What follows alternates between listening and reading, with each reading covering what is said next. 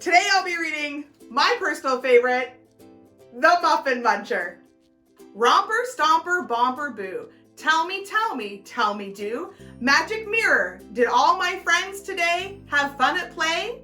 Today I see Yusuf, Ferris, Emma, Kana, Sabrina, Holden, Lucy, and Baby Price.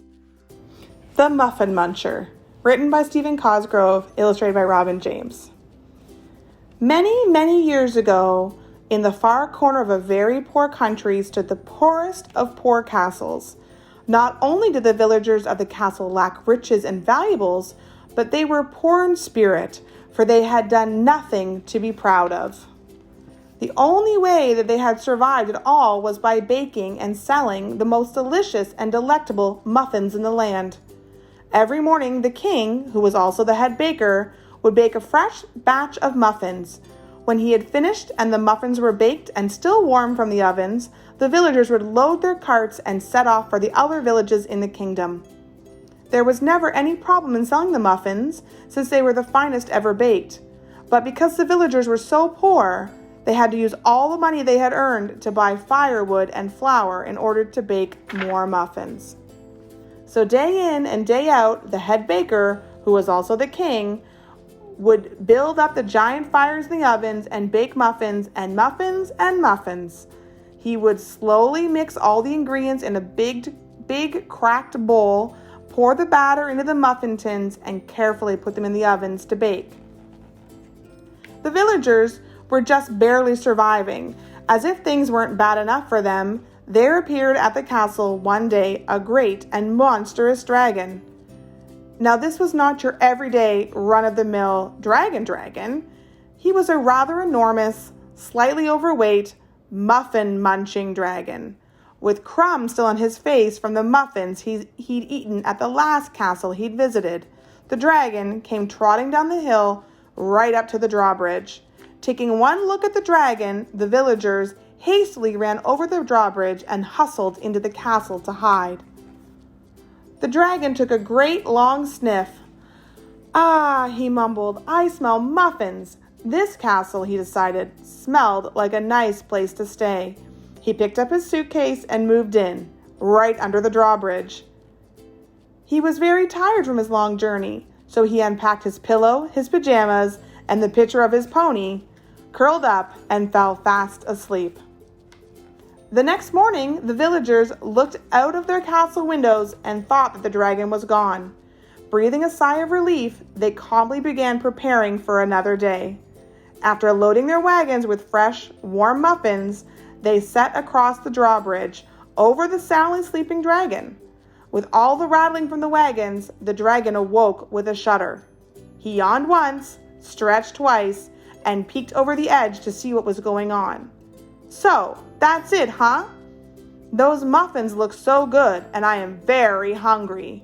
He thought and finally came up with a plan. He jumped up on the drawbridge right in front of the villagers, tried to look very ferocious, and roared loudly, "Stop, or I shall burn up your drawbridge."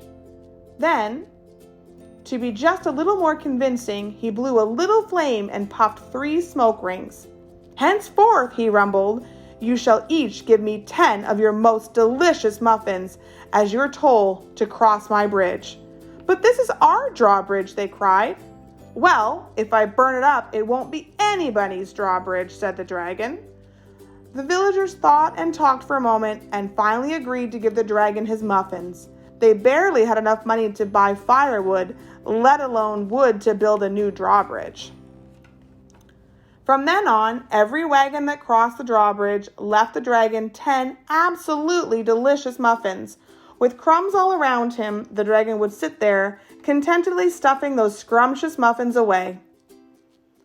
This probably would have gone on to this very day, except for one slight problem. The dragon was eating so many muffins that the villagers did not have enough to sell. Because of that, they didn't have enough money to buy firewood for the ovens or even flour to bake more muffins. They would return every day with fewer and fewer supplies until one day they came home with nothing. The next morning, the head baker, who was also the king, could not fire up the great ovens because there was no firewood. He could not use his cracked bowl because he had no flour or supplies to put in it to make the muffins. With a heavy heart and a tear in his eye, the baker sat sadly on a pile of empty flour sacks and cried, "We have no more supplies to make muffins and no more wood to light the fires. We cannot bake any more muffins and the dragon will burn our drawbridge down. Whatever are we going to do?" The very same day, the dragon woke up, brushed his teeth, combed his hair, and prepared for another day of muffin munching. While he waited and waited and waited, no wagons came, no muffins came, and the dragon's stomach began to rumble, grumble, and growl. He tried eating a few of the crumbs that had dropped on the ground from the day before, but that didn't satisfy his hunger. Besides, they were stale. "No muffins," he grumbled as his stomach rumbled and growled. "No muffins." Finally, he decided to enter the castle to find out what had happened to all of his muffins. The dragon wandered through the castle until he reached the bakery. Then he peeked inside. "Where are my muffins?" he rumbled. "I've been waiting and waiting and waiting. Where are my muffins?" The head baker, who was also the king, walked up to the dragon as bravely as he could.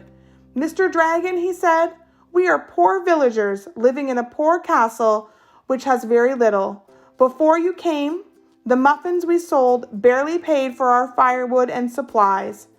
Now that we have to give you so many muffins, we can't afford to buy enough firewood for our ovens and we have no heat." The poor dragon was so very confused. He wanted some muffins because he was so hungry, but at the same time, he felt sorry for the baker and the other villagers who lived in the castle. The dragon thought and thought. Finally, a great big smile crossed his face. "I have it," he shouted. He asked the head baker, who was also the king, to call all the villagers to a castle conference so he could tell them of his marvelous plan. The villagers happily began to cheer and shout as he finished, for surely the dragon had solved the castle's problems and his own forevermore. Then, and for always, the dragon heated the ovens of the bakery with his mighty flame. With the extra money they saved by not having to buy firewood, the villagers could easily afford to leave a generous stack of muffins within easy reach of the muffin munching dragon. While heating up the ovens, with a lot of style and grace, the muffin muncher smiles a smile with crumbs upon his face.